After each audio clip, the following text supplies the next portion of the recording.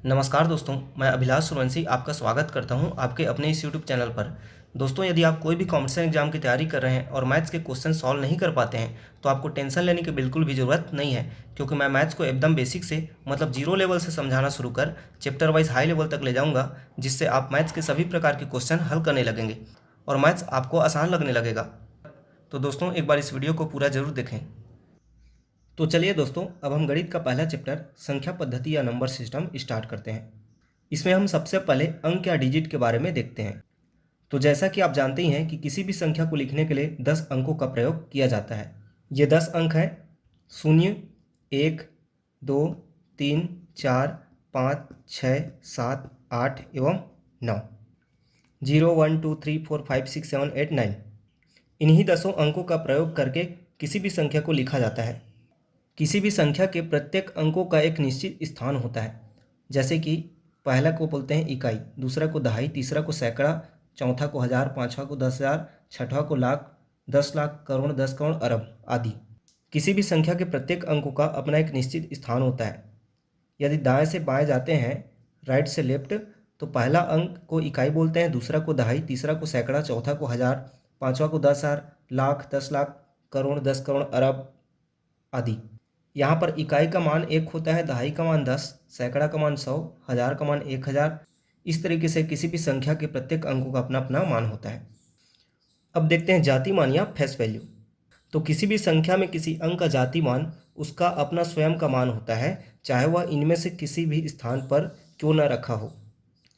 जैसे कि 3645 में 5 का जाति मान 5 होगा। इसी प्रकार 4 का जातिमान 4 होगा। इसी प्रकार 6 का जातिमान 6 होगा और 3 का जातिमान 3 होगा। अब देखते हैं स्थानीय मान या प्लेस वैल्यू।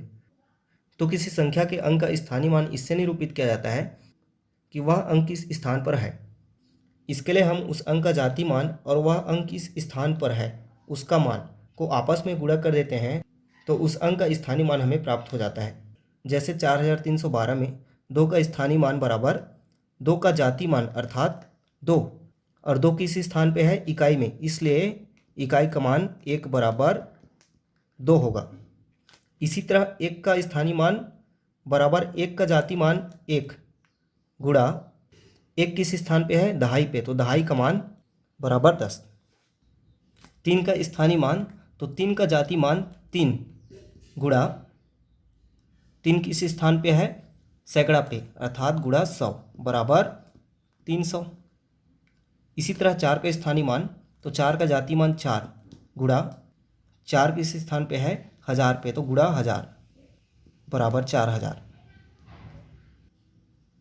यहाँ पर याद रखिए दोस्तों, किसी भी संख्या के सभी अंकों के स्थानीय मान को आपस में जोड़ने पर हमें वापस वह संख्या प्राप्त हो जाती है। जैसे कि यदि हम इन सब को जोड़ते हैं तो हमें वापस वह संख्या 4312 प्राप्त हो जाएगी। तो इस प्रकार किसी भी संख्या के सभी अंकों के स्थानीय मान का योग बराबर वह संख्या होता है, जैसे कि उसके सभी अंकों के स्थानीय मान का योग बराबर 4312। तो इस प्रकार दोस्तों, अब आप किसी भी संख्या के स्थानीय मान और जाति मान क्या होता है बता सकते हैं। जैसे कि 3,24,512 में 2 का जाति मान क्या होगा, 2 होगा, और 2 का स्थानीय मान भी 2 होगा, और 1 का जाति मान 1 होगा लेकिन स्थानीय मान इसका 10 होगा। इसी प्रकार 5 का जाति मान 5 होगा और 5 का स्थानीय मान 500 होगा। 4 का जाति मान 4 होगा लेकिन 4 का स्थानीय मान 4000 होगा। 3 का जाति मान 3 होगा और 3 का स्थानीय मान 3 लाख होगा। तो दोस्तों, एग्जाम में स्थानीय मान और जाति मान से कई प्रकार के क्वेश्चन पूछे जाते हैं। जैसे कि आपको पूछ सकता है कि 3,24,512 में 5 के स्थानीय मान और 5 के जाति मान का अंतर क्या होगा। तो इसके लिए आप क्या करेंगे, 5 का स्थानीय मान अर्थात 500 और 5 का जाति मान 5 दोनों को आपस में घटा देंगे। तो इस प्रकार से 500 माइनस 5 बराबर 495 आपको प्राप्त हो जाएगा। इसी प्रकार आपको पूछ सकता है कि 4 के जाति मान और 1 के स्थानीय मान का गुणनफल क्या होगा।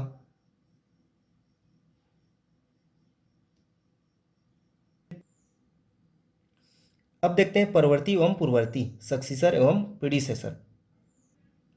तो किसी भी संख्या का परवर्ती उसके एक बाद की संख्या होती है। इसी प्रकार किसी भी संख्या का पूर्ववर्ती उससे एक पहले की संख्या होती है। जैसे कि 8 का परवर्ती 9 होगा। इसी प्रकार 1000 का परवर्ती 1001 होगा। 8 का पूर्ववर्ती 7 होगा और 1000 का पूर्ववर्ती 999 होगा। अर्थात किसी भी संख्या का परवर्ती ज्ञात करने के लिए उस संख्या में एक जोड़ देते हैं और किसी भी संख्या का पूर्ववर्ती ज्ञात करने के लिए उस संख्या में एक घटा देते हैं। अब देखते हैं सबसे छोटी संख्या और सबसे बड़ी संख्या, लिस्ट नंबर और ग्रेटेस्ट नंबर। तो एक अंक की सबसे छोटी संख्या 1 होती है एवं एक अंक की सबसे बड़ी संख्या 9 होती है। 2 अंक की सबसे छोटी संख्या 10 होती है और 2 अंक की सबसे बड़ी संख्या 99 होती है। 3 अंक की सबसे छोटी संख्या 100 होती है और 3 अंक की सबसे बड़ी संख्या 999 होती है। 4 अंकों की सबसे छोटी संख्या 1000 होगी एवं सबसे बड़ी संख्या 9999 होगी। इस तरीके से आप बता सकते हैं कि सबसे छोटी संख्या और सबसे बड़ी संख्या क्या होती है। तो दोस्तों, इससे संबंधित कई प्रकार के क्वेश्चन पूछा जाता है।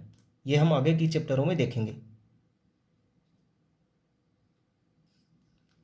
अब देखते हैं आरोही क्रम एवं अवरोही क्रम, ascending order and descending order. तो कई बार क्वेश्चन पूछा जाता है कि किन्हीं दी गई संख्याओं को आरोही क्रम या अवरोही क्रम में लिखिए। तो आरोही क्रम का मतलब होता है बढ़ते क्रम में लिखना, अर्थात 2, 3, 5, 7, 15, 30 आदि। इसी तरह अवरोही क्रम का मतलब होता है घटते क्रम, जैसे कि 20, 15, 12, 8, 4, 2। तो आरोही एवं अवरोही क्रम से क्वेश्चन पूछा जाता है। ये सिंपल संख्याओं में भी हो सकते हैं या फिर दशमलव एवं भिन्न संख्याओं में भी हो सकते हैं।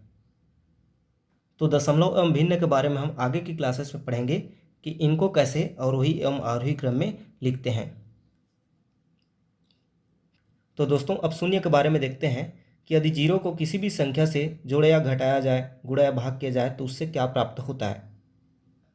पहला है जोड़ या घटाओ। तो किसी भी संख्या में जीरो को जोड़ने या घटाने से उस संख्या में कोई परिवर्तन नहीं होता है। जैसे कि यदि 9 में शून्य जोड़ता हूँ तो हमें 9 ही प्राप्त होगा। इसी प्रकार यदि मैं 20 में शून्य घटाता हूँ तो भी हमें 20 ही प्राप्त होगा। दूसरा है गुणनफल। यदि किसी संख्या में शून्य का गुणा किया जाए या शून्य में किसी संख्या का गुणा किया जाए तो गुणनफल शून्य प्राप्त होता है। जैसे यदि 5 गुणा शून्य करेंगे तो भी शून्य प्राप्त होगा। इसी प्रकार शून्य गुणा 5 करेंगे तो भी शून्य प्राप्त होगा। तीसरा है भागफल। इसमें भी पहला कंडीशन है कि यदि जीरो को या जीरो में किसी संख्या से भाग देने पर भागफल शून्य प्राप्त होता है। जैसे कि शून्य में 5 से भाग देने पर शून्य प्राप्त होगा, 5 शून्यम शून्य। इसी प्रकार शून्य में 15 से भाग देने पर भी शून्य प्राप्त होगा, शून्य में 27 से भाग देने पर भी शून्य प्राप्त होगा। दूसरा कंडीशन है कि यदि किसी भी संख्या को या किसी भी संख्या में शून्य से भाग दिया जाए तो भागफल अनंत या इन्फिनिटिव प्राप्त होता है। जैसे कि यदि 5 में शून्य को भाग दिया जाए तो अनंत प्राप्त होगा। इसी प्रकार 2 में शून्य को भाग दिया जाए तो भी इन्फिनिटिव प्राप्त होगा। भागफल ऐसा अनंत आने का भी कारण है दोस्तों। जैसे कि यदि मैं 2 में शून्य को भाग देता हूँ तो शून्य को चाहे आप कितनी बार भी गुणा करो, यहाँ पर शून्य ही आएगा और फिर यहाँ पर घटाने पर वापस 2 बच जाएगा। फिर शून्य को जितनी बार भी गुणा करो तो यहाँ पर फिर शून्य आएगा, फिर यहाँ पर 2 बच जाएगा। इस प्रकार से ये प्रोसेस चलता ही रहेगा और ये कभी ख़त्म नहीं होने वाला है। इसलिए क्या होगा, हमारा भागफल अनंत प्राप्त होता है। अनंत का अर्थ ही होता है जिसको गिना ना जा सके, अर्थात ये कितनी बार आएगी ये हम गिन नहीं सकते। चौथा है दोस्तों कि यदि किसी भी संख्या का घात 0 है तो उसका मान 1 होगा। जैसे कि यदि मैं 3 की घात 0 रखता हूँ तो यहाँ पर इसका मान 1 होगा। इसी प्रकार मैं यदि 15 का घात 0 रखता हूँ तो इसका भी मान 1 होगा। इसी प्रकार चाहे कितनी भी बड़ी संख्या हो, उसका पावर 0 होने पर उसका मान 1 ही होगा।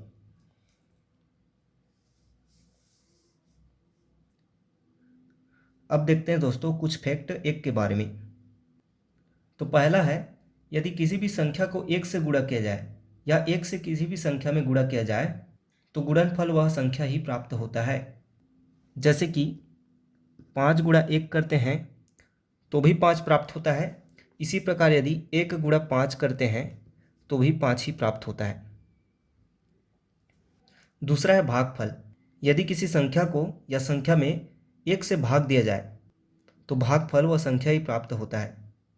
जैसे कि यदि 5 भागित 1 करते हैं तो 5 ही प्राप्त होगा। परंतु यहाँ पर दोस्तों एक फैक्ट याद रखना कि 1 में यदि किसी संख्या से हम भाग देते हैं तो यहाँ पर भागफल वह संख्या अर्थात 1 प्राप्त नहीं होगा।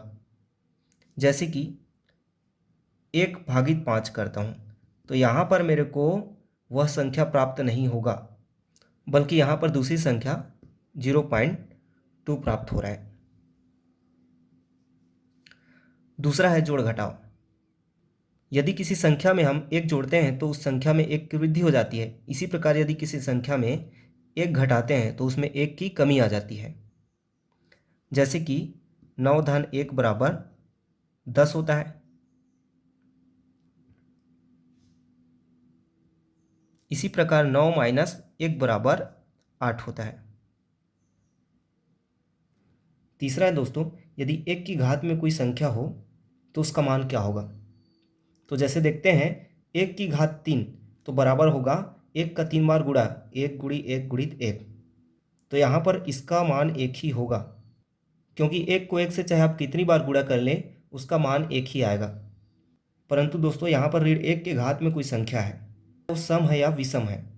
यदि दोस्तों ऋण 1 के घात में कोई सम संख्या हो, जैसे कि 2, 4, 6, तो उसका मान धन 1 में आएगा, क्योंकि माइनस माइनस का गुणा सम बार करने से प्लस साइन आता है। जैसे कि ऋण 1 की घात 2 तो बराबर हो जाएगा ऋण 1 गुणा ऋण 1, तो इसका मान क्या आएगा, धन 1। इसी तरह घात विषम बार होने पर जैसे कि ऋण 1 की घात 3 बराबर क्या होगा, ऋण 1 गुणा ऋण 1 गुणा ऋण 1, तो इसका मान क्या हो जाएगा, ऋण 1। यहाँ पर एक फैक्ट याद रखिए दोस्तों कि किसी भी संख्या में उसी संख्या से यदि भाग दिया जाए तो भागफल 1 प्राप्त होता है। जैसे कि यदि मैं 5 भागित 5 करूँ तो हमें भागफल 1 मिलेगा। इसी तरह दूसरा फैक्ट है, यदि किसी संख्या में उसी संख्या को घटाया जाए तो उसका मान 0 हो जाता है। जैसे कि 5 ऋण 5 बराबर 0 आता है। देखिए दोस्तों, इतनी बेसिक फैक्ट इसलिए बता रहा हूँ क्योंकि इन्हीं बेसिक फैक्टों का यूज़ करके आगे बड़े बड़े क्वेश्चन सॉल्व करेंगे। तो दोस्तों कई बार ऐसा होता है कि बहुत सारे बच्चों को ये सारी चीज़ें पता नहीं होती हैं, जिसके कारण जब हम क्वेश्चन सॉल्व करते हैं तो उनको हल कैसे हो रहा है ये समझ नहीं आता है। इसलिए ये सारे बेसिक चीज़ें मैं पहले ही समझा दे रहा हूँ, ताकि जब हम क्वेश्चन सॉल्व करने लगें तो आपके मन में किसी प्रकार के डाउट नहीं आने चाहिए, जिसके कारण आपको क्वेश्चन का हल समझ ना आए। उम्मीद करता हूँ ये सब चीज़ें आपको समझ आ रही होंगी। अब देखते हैं जोड़ घटाव करते समय संख्याएं कैसे जुड़ती हैं और कैसे घटती हैं और उनमें कौन सा चिन्ह लगता है। तो पहला कंडीशन है, यदि संख्याएं धनात्मक हों तो वे आपस में जुड़ जाती हैं और प्राप्त योगफल में धन का चिन्ह लगता है। जैसे कि 8 धन 5 बराबर 13 होता है। दूसरा कंडीशन है, धनात्मक एवं ऋणात्मक संख्याएं आपस में घट जाती हैं एवं चिन्ह बड़ी संख्या का लगता है। जैसे कि यहाँ पर 8 में 5 घटाने पर 3 प्राप्त होता है, क्योंकि यहाँ पर बड़ी संख्या 8 है और छोटी संख्या 5 है, इसलिए उत्तर में धन का चिन्ह लगेगा। इसी प्रकार यदि हम 5 ऋण 8 करते हैं तो क्या प्राप्त होगा, ऋण 3 प्राप्त होगा। अब ये ऋण 3 कैसे प्राप्त हुआ दोस्तों, तो जोड़ घटाव करते समय आप हमेशा यह याद रखिए कि बड़ी संख्या में छोटी संख्या को घटाया जाता है, न कि छोटी संख्या में बड़ी संख्या को। और चूंकि यहाँ पर बड़ी संख्या 8 है, इसलिए हम 8 पे 5 को घटाए तो हमें 3 प्राप्त हुआ, और चूंकि 8 के सामने ऋण का चिन्ह है इसलिए हम ऋण का चिन्ह लगाए। आप इसे ऋण 8 धन 5 भी लिख सकते हैं तो भी आपको उत्तर ऋण 3 का ही मिलेगा। और इसी तरह इसे भी आप ऋण 5 धन 8 लिख सकते हैं तो यहाँ पर भी आपको उत्तर 3 का ही मिलेगा। तीसरा कंडीशन है दोस्तों कि ऋणात्मक संख्याएं सदैव आपस में जुड़ जाती हैं और चिन्ह बड़ी संख्या का लगता है अर्थात ऋण का ही लगेगा, क्योंकि यहाँ पर दोनों संख्याएं ऋण में हैं। जैसे कि ऋण 8 और ऋण 5 को हल करने पर हमें ऋण 13 प्राप्त होगा। तो यहाँ पर याद रखिए दोस्तों, संख्याएं सदैव अपने से बड़ी संख्या से ही घटती है, न कि छोटी से, और जोड़ते घटाते समय चिन्ह सबसे बड़ी संख्या का ही लगता है।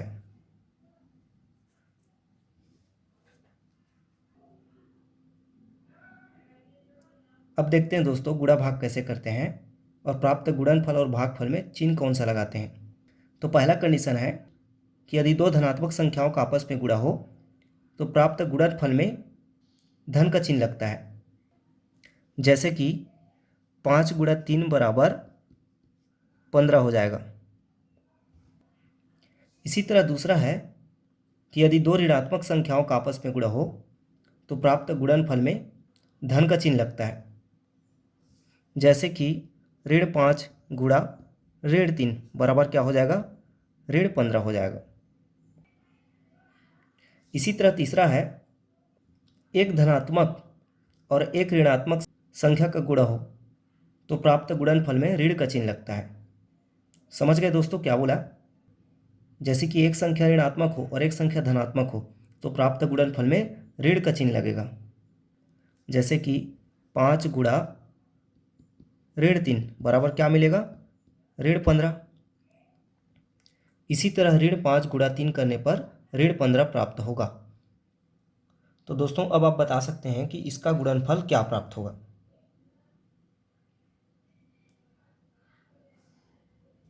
तो चलिए हल करते हैं। तो चलिए देखते हैं। तो यहाँ पर एक और फैक्ट याद रखिए दोस्तों कि यदि ऋण का गुणा सम बार हो, जैसे कि 2 बार 4 बार 8 बार, तो वहाँ पर प्राप्त गुणनफल में धन का चिन्ह लगेगा। लेकिन अगर ऋण का गुणा विषम बार में हो तो प्राप्त गुणनफल में ऋण का ही चिन्ह लगेगा। जैसे कि 3 बार 5 बार 7 बार। तो चलिए दोस्तों अब इसे हल करके देखते हैं कि इसका मान कितना आता है। सबसे पहले आप सभी संख्याओं को गुणा कर लीजिए। 2 दूने 4, 4 दूने 8, 8 दूने 16। तो क्या आया, 16। अब इसमें आप चिन्ह लगा दीजिए। तो ऋण चिन्ह कितना है, 1 2 3, मतलब विषम बार में, इसलिए ऋण चिन्ह आएगा। और ऋण चिन्ह और धन चिन्ह का गुणा होके ऋण का चिन्ह प्राप्त होता है, इसलिए यहाँ लगा दीजिए ऋण का चिन्ह। तो इस प्रकार हमें इसका मान ऋण 16 प्राप्त होगा। इस तरीके से आप और भी क्वेश्चन बना सकते हैं। देखिए दोस्तों, इतनी बेसिक फैक्ट इसलिए बता रहा हूँ क्योंकि इन्हीं बेसिक फैक्टों का यूज़ करके आगे बड़े बड़े क्वेश्चन सॉल्व करेंगे। तो दोस्तों कई बार ऐसा होता है कि बहुत सारे बच्चों को ये सारी चीज़ें पता नहीं होती हैं, जिसके कारण जब हम क्वेश्चन सॉल्व करते हैं तो उनको हल कैसे हो रहा है ये समझ नहीं आता है। इसलिए ये सारे बेसिक चीज़ें मैं पहले ही समझा दे रहा हूँ ताकि जब हम क्वेश्चन सॉल्व करने लगे तो आपके मन में किसी प्रकार के डाउट नहीं आने चाहिए, जिसके कारण आपको क्वेश्चन का हल समझ ना आए। उम्मीद करता हूँ ये सब चीज़ें आपको समझ आ रही होंगी। अब देखते हैं दोस्तों, भाग करते समय भागफल में कौन सा चिन्ह लगता है। तो इसके लिए पहले एक चीज़ समझ लीजिए दोस्तों, यदि मैं 15/3 लिख रहा हूँ या 15/3 लिख रहा हूँ या 15/3, ये सब एक ही हैं। इन सब का मतलब भाग करना ही है और सब का मान 5 आएगा। इसे भिन्न कहते हैं, जिसमें ऊपर वाले संख्या को अंश कहते हैं और नीचे वाले संख्या को हर कहते हैं। अर्थात यहाँ पर 15 अंश है और 3 हर है। तो अब देखते हैं दोस्तों भाग में पहला नियम कि यदि अंश और हर के चिन्ह समान हैं तो भागफल धनात्मक मान प्राप्त होगा। इसका मतलब है या तो अंश और हर दोनों धन में हो या अंश और हर दोनों माइनस में हो। जैसे उदाहरण से देखते हैं 15/3, तो इसका मान क्या प्राप्त होगा? धन 5 प्राप्त होगा। इसी तरह -15/-3, इसका भी मान 5 प्राप्त होगा, क्योंकि यहाँ पर माइनस और माइनस आपस में कट जाएंगे और भागफल में धन का चिन्ह लगेगा, अर्थात अंश और हर के ऋण ऋण आपस में कट के प्लस हो जाते हैं। और दूसरा है दोस्तों, यदि अंश और हर के चिन्ह असमान हो तो ऋणात्मक मान प्राप्त होगा, अर्थात अंश और हर का चिन्ह अलग अलग होना चाहिए। यदि अंश में धन है तो हर में ऋण होना चाहिए। इसी प्रकार यदि अंश में ऋण है तो हर में धन संख्या होना चाहिए। इन दोनों का मान ऋण में प्राप्त होगा।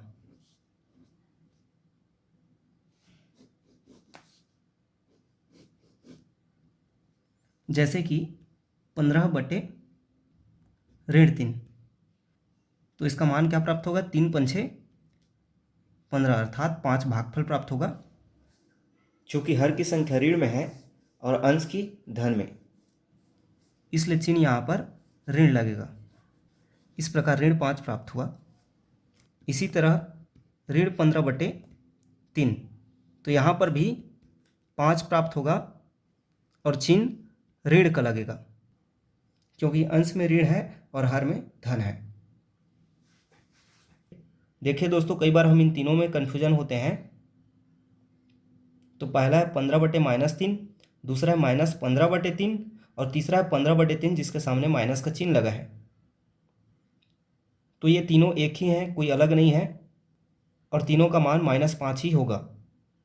अब जैसे किया है -15/3, तो इसका मतलब है कि ऊपर में माइनस है और नीचे में प्लस है, तो माइनस प्लस -5 ही आएगा।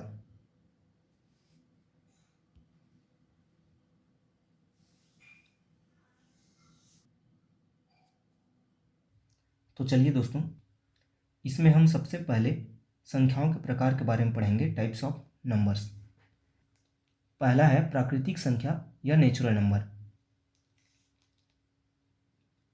जो संख्याएं किसी वस्तु को गिनने के काम आती हैं वे संख्याएं प्राकृतिक संख्या कहलाती हैं। जैसे कि 1, 2, 3, 4 से लेकर अनंत तक की संख्याएं। सबसे छोटी प्राकृतिक संख्या 1 होती है, परंतु दोस्तों याद रखिए, सबसे बड़ी प्राकृतिक संख्या निकालना संभव नहीं है। यहाँ पे एक बात और याद रखिए दोस्तों, 0 प्राकृतिक संख्या नहीं है, क्योंकि किसी भी संख्या को गिनने के लिए 0 का प्रयोग नहीं करते हैं। दूसरा है पूर्ण संख्या या होल नंबर। 0 सहित सभी प्राकृतिक संख्या को पूर्ण संख्या कहते हैं, जैसे कि 0, 1, 2, 3, 4 से लेकर अनंत तक की संख्याएं। सबसे छोटी पूर्ण संख्या 0 होती है और सबसे बड़ी पूर्ण संख्या निकालना संभव नहीं है। तीसरा है पूर्णांक या इंटीजर।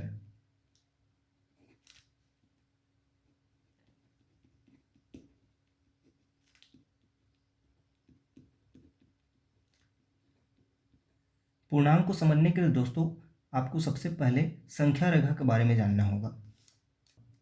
संख्या रेखा में 0 से दाएं की ओर की संख्याओं को धनात्मक पूर्णांक कहते हैं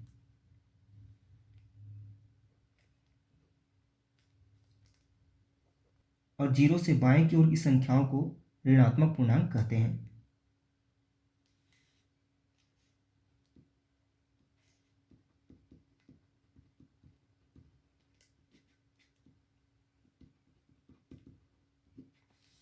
जीरो से दाएं की ओर की संख्याओं को धनात्मक पूर्णांक या पॉजिटिव इंटीजर कहते हैं। इसी प्रकार बाएं की ओर की संख्याओं को ऋणात्मक पूर्णांक या निगेटिव इंटीजर कहते हैं।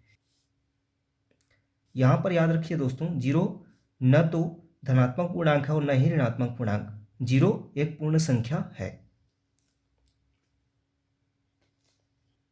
तो इस प्रकार दोस्तों धनात्मक पूर्णांक, ऋणात्मक पूर्णांक और 0 के समूह को पूर्णांक कहते हैं, अर्थात 0, 1, 2, 3, 50, 100, 200 इसी प्रकार ऋण 1, ऋण 2, ऋण 20, ऋण 30, ये सब पूर्णांक हैं।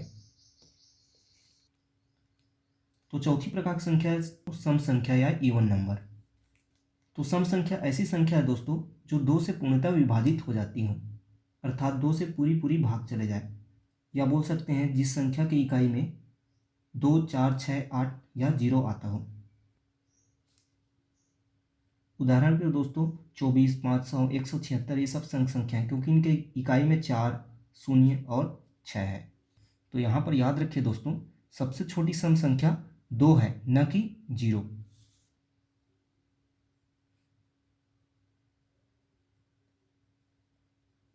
अब पांचवी प्रकार की संख्या है दोस्तों विषम संख्या या ऑड नंबर। ऐसी संख्याएं जो 2 से पूर्णतः विभाजित नहीं हो पाती हैं, वे सब संख्याएं विषम संख्या कहलाती हैं। या कह सकते हैं दोस्तों जिस संख्या की इकाई में 1, 3, 5, 7, 9 हो। तो दोस्तों यहाँ पर आप देख सकते हैं कि सबसे छोटी विषम संख्या 1 है।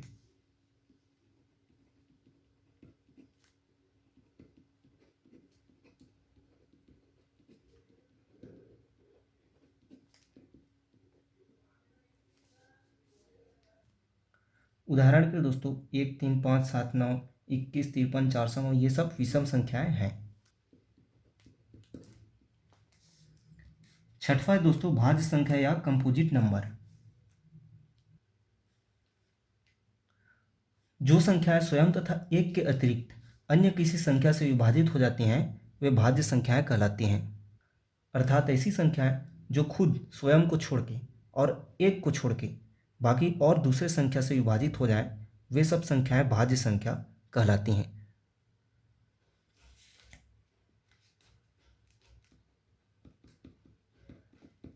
जैसे कि 4, 6, 8, 9, 10, 12, 15, 16, 18, 20, 21 और भी संख्याएं।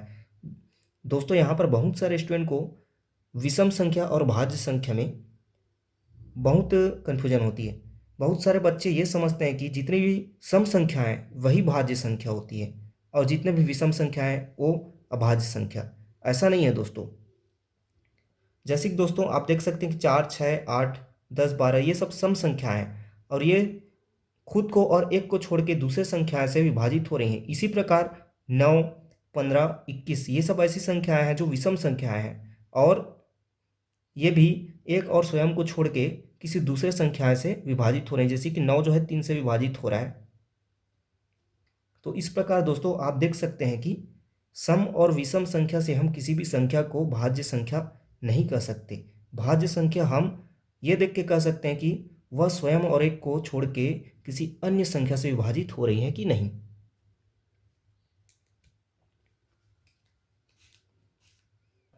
तो यहाँ पर इतना समझने के बाद आप बता ही सकते हैं दोस्तों कि सबसे छोटी भाज्य संख्या कौन सी है।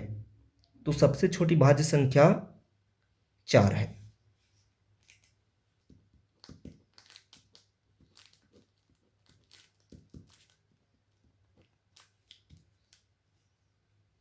याद रखिए दोस्तों 1, 2, 3 ये तीनों संख्याएं भाज्य संख्या नहीं है।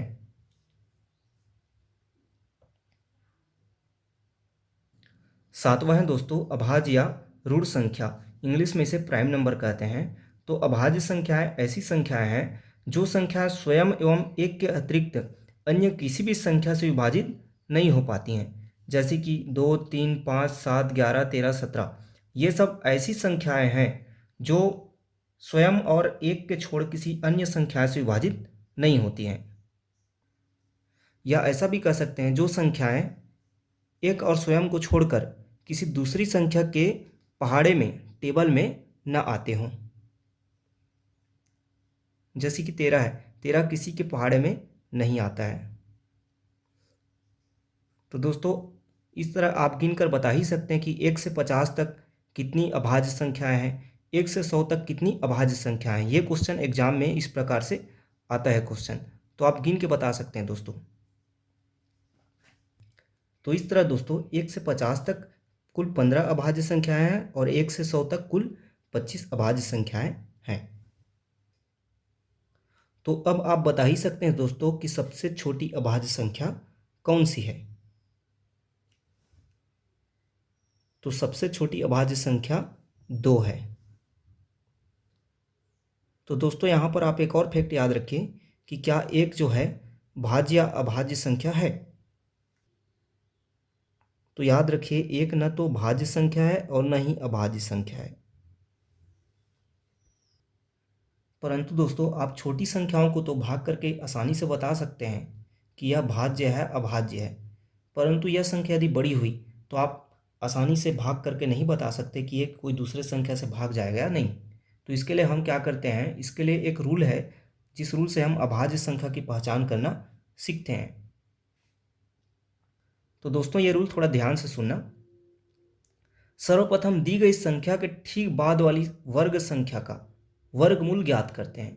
उसके बाद इस वर्गमूल से छोटी अभाज्य संख्याओं से दी गई संख्या को भाग करके देखते हैं। यदि इनमें से किसी भी अभाज्य संख्या से यदि वह संख्या विभाजित हो जाता है तो वह संख्या भाज्य संख्या होगी, और यदि इनमें से किसी भी अभाज्य संख्या से वह संख्या विभाजित नहीं होती है तो वह संख्या अभाज्य संख्या होगी। जैसे कि मैं आपको एक उदाहरण से समझाता हूँ।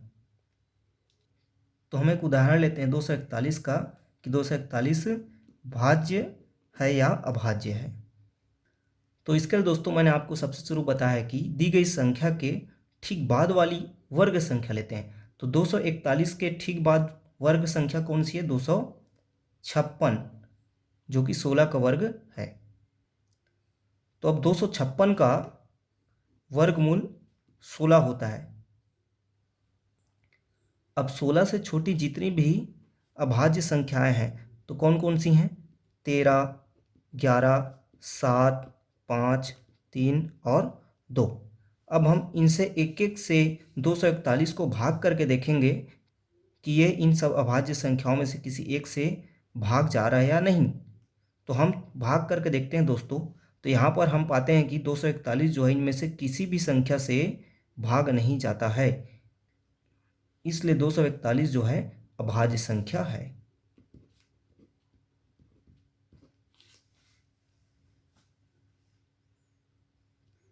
एक और दूसरा उदाहरण लेते हैं दोस्तों 341 का।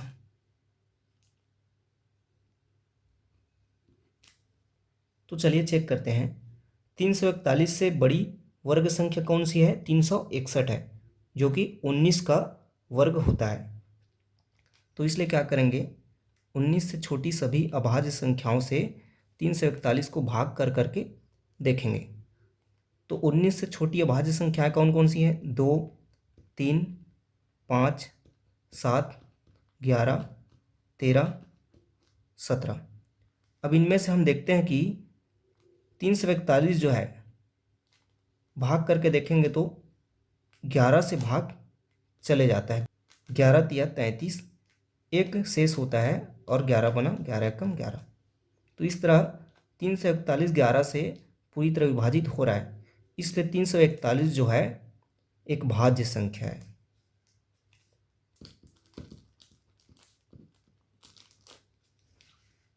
इस तरह दोस्तों आप और भी अन्य संख्याएं अपने से लेके चेक कर सकते हैं कि वह भाज्य है या अभाज्य संख्या है।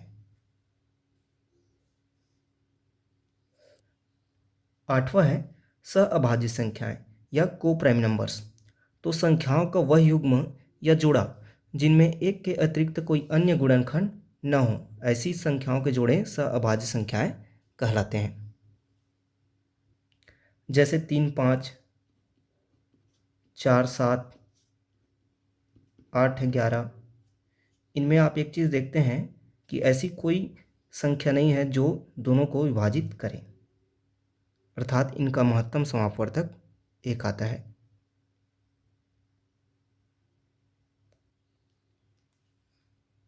अगला है परिमेय संख्या या रेशनल नंबर।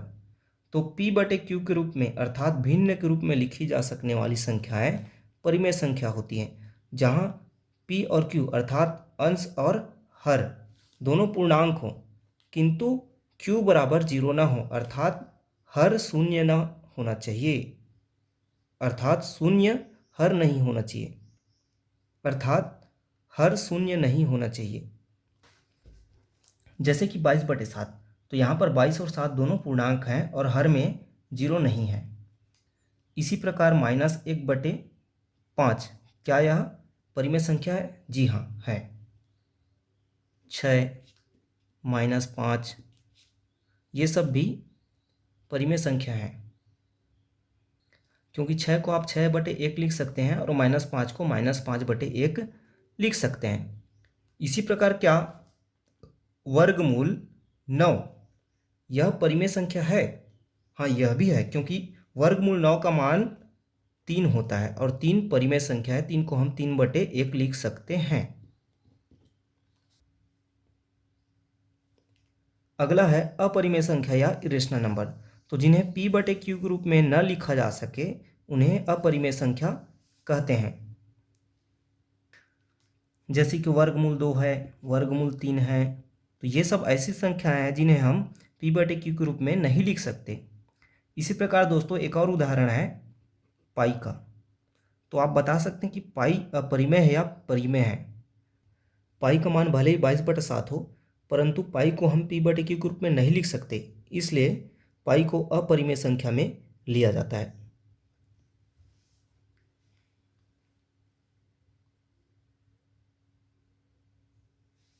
अगला है वास्तविक या रियल नंबर। तो परिमेय तथा अपरिमेय संख्याएं सम्मिलित रूप से वास्तविक संख्याएं कहलाती हैं। अर्थात जितने भी संख्याएं हैं वे सभी संख्याएं परिमेय तथा अपरिमेय संख्या में आ ही जाती हैं। इस